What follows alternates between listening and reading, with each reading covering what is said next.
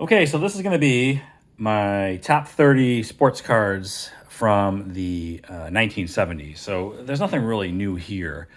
I've shown all of these cards at various points in the past through different videos or other countdown type videos, but a lot of people don't watch the older stuff. So this is primarily targeting maybe the newer people to my channel over the last several months. And I have a little bit of bonus content at the end. I'm going to edit in to kind of show you how I came to putting this list together. Is very simple, and it all goes back to how I kind of keep track of my collection. But anyway, I'm going to start off with, I guess, number 30 here. It's the 73 Topps Roberto Clemente, and this is his very last card. And not surprisingly, the back on the 73 is not centered all that well, but the front is pretty good. And so that one is a nice PSA 8. And the next one I have here is Vintage Basketball, Nate Archibald rookie from 1971 Topps. I like this design of basketball from Topps. There's a couple cards I like from this set. I wouldn't mind picking up the Pete Maravich. I believe that's a second-year card. I'm a little bit averse to the tall boys, as they call it. Just don't care for the size of the slab. So I think that's a second-year Maravich in this set. And then a couple other ones, I think. Maybe a Wilt Chamberlain, I forget. But I was looking at a couple other vintage basketball. But this is Nate Archibald, and that's his rookie card. This is Hank Aaron's final card from 1976 Topps.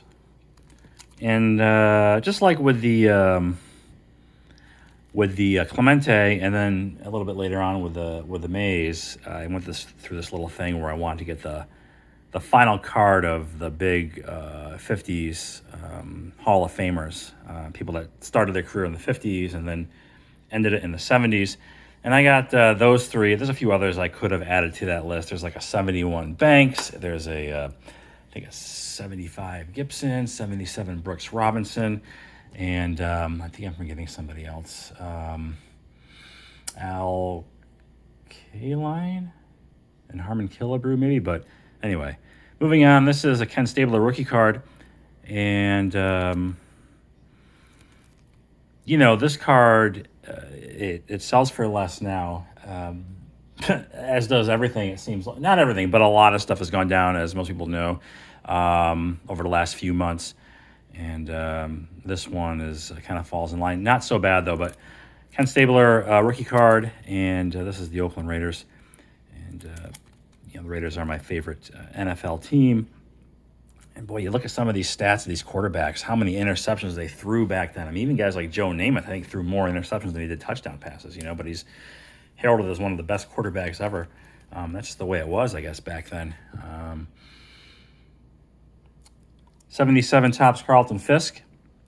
Just a nice high-grade Hall of Famer. I've got a few of these I picked up. I think there was a time when I was going after some 77s and PSA 9, and so, and I think they all made the list here.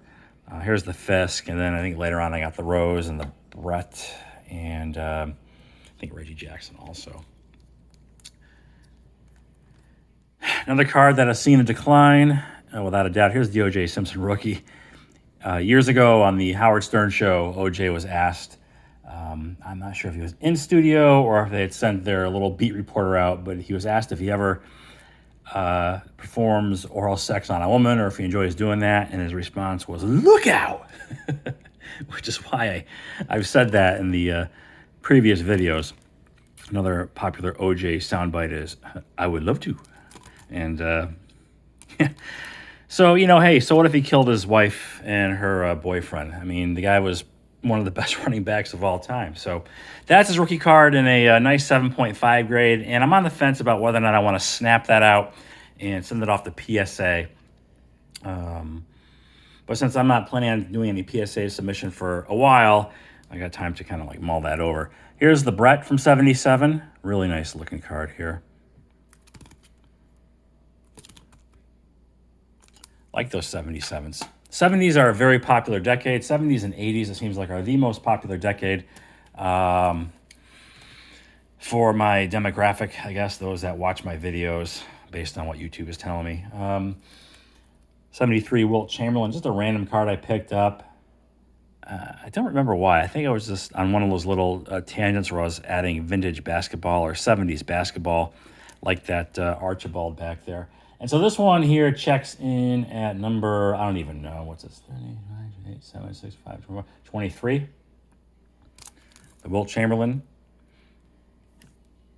One of the nicest cards from the 1970s period is a 78 Reggie Jackson. In fact, I like a lot of these Yankees cards from the 78 side. I think they were all the pictures were taken from the same game. At least it seems that way. 78 Reggie. And then here is the aforementioned Mays that I had picked up along with that Clemente and Hank Aaron card. And I think there's a video on my channel somewhere years back where I showed these for the first time and explained my rationale for getting them. But nicely centered on the front, and a little bit of a tilt maybe, and maybe a little low. And of course, the back is what it is on these 73s. Another 73 makes the cut.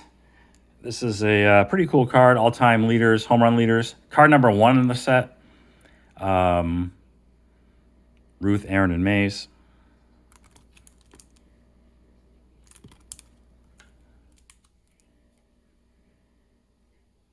And then here is another Reggie Jackson, 1977. So the Reggie Jackson cards were part of, again, a little thing I did where I wanted to collect all his cards in a Yankees uniform, his playing days with the Yankees. So that included 77, both this regular tops, and then I also have the Burger King variation, and then 88, 80, and 81, and 82.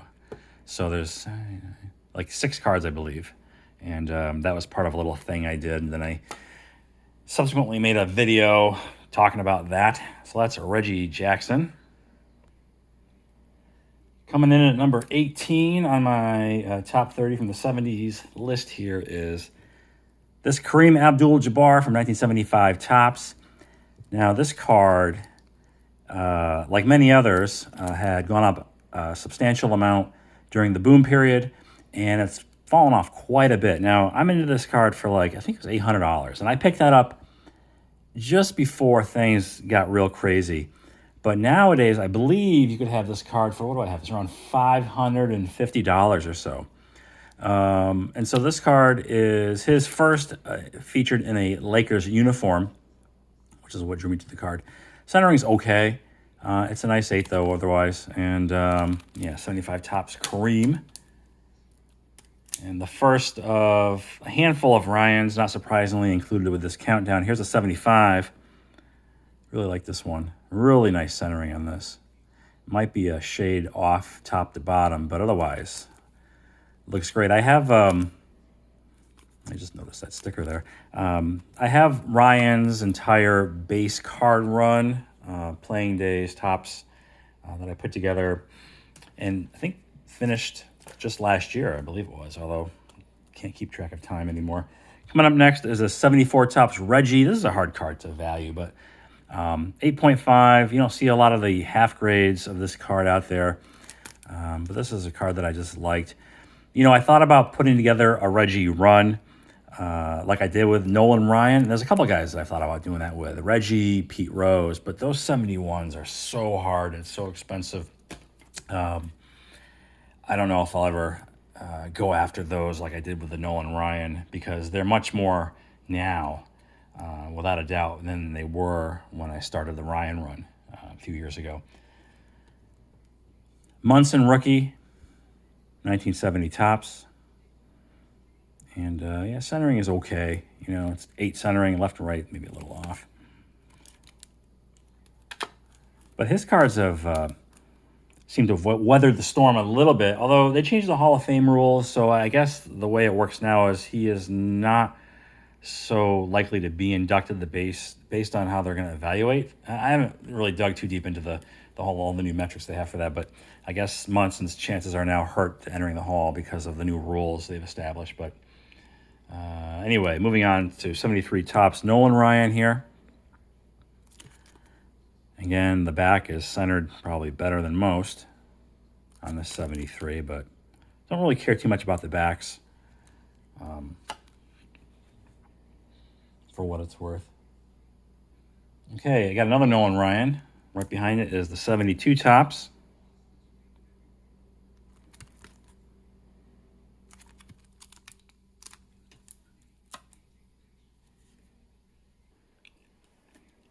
Coming in at number 12 is the Ted Simmons rookie card. And this is the first of a few 71s that are going to make an appearance here. Not surprisingly, the value tends to be higher for them, especially in 8 grade, because it's so condition sensitive. And this one's no different. Centering is okay. Left, right, it's off. But this one I did pick up in anticipation of his, I guess, Hall of Fame, expected Hall of Fame induction. This set me back, I think, around $160, plus or minus. And then I think it's held its value fairly well. I recently updated my spreadsheet here, and I got that one at around $675. So, I think at one point it was a little bit higher than that, but again, it's sort of weathered the market that's been fluctuating dramatically over the last 18 months. And then another Thurman Munson here. This one from '73, probably my favorite Munson card. Just like it. It's tough. This one, and then I got the 71 also, but and again, the back centering is pretty crappy, but. And this I bought a long time ago. So, in fact, a lot of these cards I bought a long time ago. Okay, that brings us to the top 10. So coming in at number 10, I have the Brett rookie. Really nicely centered copy here. If I want to be real particular, I could say it's off slightly top to bottom, but it's an 8. And very happy with this one. Very clean, not a lot of chipping. No chipping, usually you see that pick up quite well on these colored borders here. But that's a really sharp looking 8 without a doubt. For number Brett in at number 10. This next one's a hard card to comp. It's second year Bradshaw and an 8.5. This 8.5 is the only one I've ever seen, and obviously I bought it a few years ago. Seen a few 8s, maybe a 9. 1.9 in the last year and a half or so, but so it's really hard to put a price on this one when it comes to entering the data for record keeping. But I think I have this one in at around $1,000 or so. Got the numbers are blacked out on my spreadsheet for right now, so I don't know exactly. But Terry Bradshaw, and then another Nolan Ryan card, 1970 tops. And this was a I remember this was a mistake purchase. I forgot what happened. I remember it was a Probstein auction. I remember it was somewhere around like $350, and I think I only bought it because I thought I was going to be able to use a coupon to apply to it. But then it turns out I'd already used the coupon, so I was like, whatever. And so I got the card, but otherwise I probably wouldn't have picked it up at that particular time. Would definitely have gone back for it after as I was building the Nolan Ryan run. But anyway, it's nice 70 tops Ryan, third year card there. And best third baseman of all time, maybe. 73 tops Mike Schmidt rookie card, PSA 8.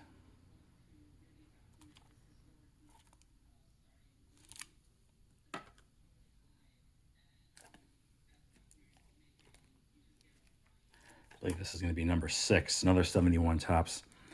Roberto Clemente, 7.5. And, when I was collecting 70s cards, my criteria was basically I wanted 8 or better.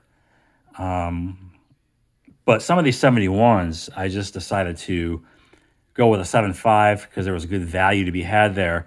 And that all started with a Burt Blyleven some years ago, when I believe the 8 was like $300 and something. And the 7.5 that I have is like $120 at the time. So And I don't think Burt Blyleven was in the Hall of Fame at that point either. But yeah, so that's why, I started to add a few more 7.5s since then. And I have, I think I'm not sure if this is the only other one. I got the Blyleven, and I have this. This might be it. I forget. But anyway, it's Roberto Clemente. And I guess this is going to be 1, 2, 3, 4, 5. Top 5. Number 5, Walter Payton rookie card. Great looking football card here. One of the greatest running backs ever. And a nice 8. Had some huge swings in the market. Around about 18 months ago. Maybe a little less. Settled back down to, I don't know, what do I have this one at? I'm going to open up this field a little bit. Just bear with me. I got this one at Walter Payton is around 1,400, depending on the day of the week. Could be a little less, could be a little more. I guess depending on the centering too. So there's that. And number 4, very popular card, this 71 Nolan Ryan. Another tough high grade. This is an 8 here, and centering is, it's not perfect. I have a little bit of a, I don't know what that is. I think it might be on the case, but anyway. Jet black borders, that's what you want with these cards. And, just a classic card right there. 71 tops. Another 71 tops. And this one jiggles in the case a little bit, so I don't know. But high number cards. So you think, Dusty Baker, Don Baylor. They aren't Hall of Famers, but maybe Dusty Baker someday. But it's a high number, so therefore it enhances the value, and that's why it's ranked as high as it is. In this case, it's number 3. And, surprisingly, this one, I think current data has this like around $1,700, if you could believe it. A lot of PSA collectors out there, registry guys, that, they value these, these 8s or these high grades of these 71 tops. So probably drives the value. You don't see a whole lot out there. Plus, with the high numbers, a little bit more rare than the earlier series. Number 2 is, some call it, his best card and maybe the nicest card of the 70s. That's subject to debate, but it's the Munson. So this is the other half grade. I knew I had one more. So I have 3 7.5s from the 71 top set. And so this one has centering that's okay. But again, nice jet black borders, and a little bit of, see a little hint of white down there, but not going to complain. Thought about doing the Munson run. Very easy. I would need the 71. I got the 70. I would need the 74. I just don't like the way that card looks. In fact, the reason why I don't have the run is because I don't like the way the cards that I don't have, I don't like the way they look.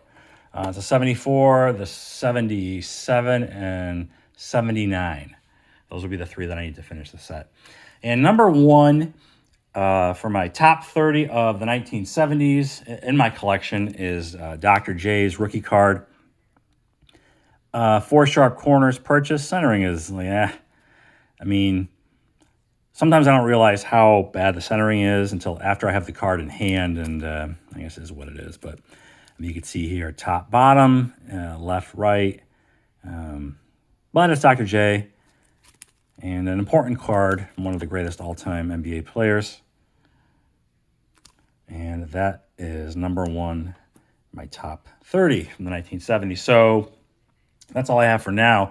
And stay tuned for some bonus content as to how I easily put this list together, and talk a little bit about how I keep track of the data and my sports card collection. Stay tuned for that.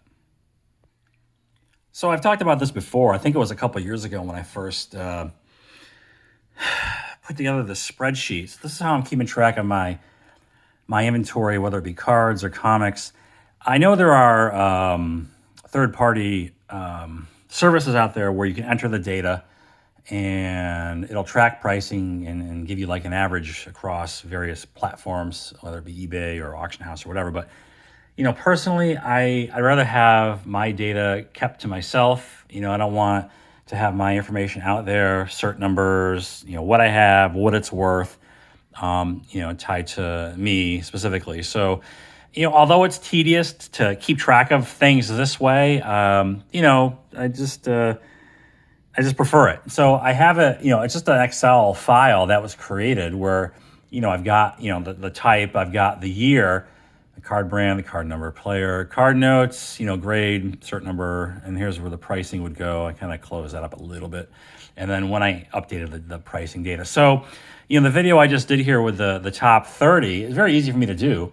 All I have to do is go into year, and if I just unselect everything, and I come down here, and I'll just highlight 1970 through 79.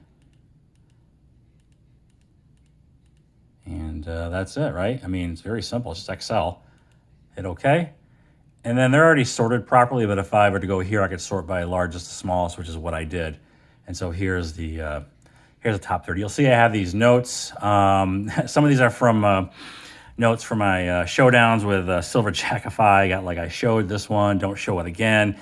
With us, we kind of go through our top list here, and in between episodes, I kind of update some of the pricing. So some cards that maybe I already showed would decline in value and then get bumped down to a tier which has not been aired yet, and again, to avoid redundancy. And then what happens is when cards that I didn't show get bumped even higher, where they might have should have appeared in the prior episode, I'll just bunch all those at the top. So it's not a true representation of where cards are ranked. I go down here, I got things like not B at PSA, BBG. So right now I have just PSA grade. I might have to add a B, well, at least SGC and definitely CSG, because I note that where it's not PSA, and you can see here PSA 9, that's just a note. So these bold-faced ones are cards I think I need to show in the next video that I do with Joe. But that's kind of like what I do here. Showed, stands, yeah, CSG.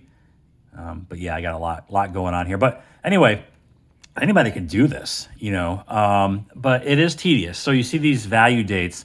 I mean, some of these April ones are definitely not accurate, right? I mean, this Tom Brady Bowman Chrome probably isn't. Let me take a quick peek here. I don't think it's $14,000 anymore.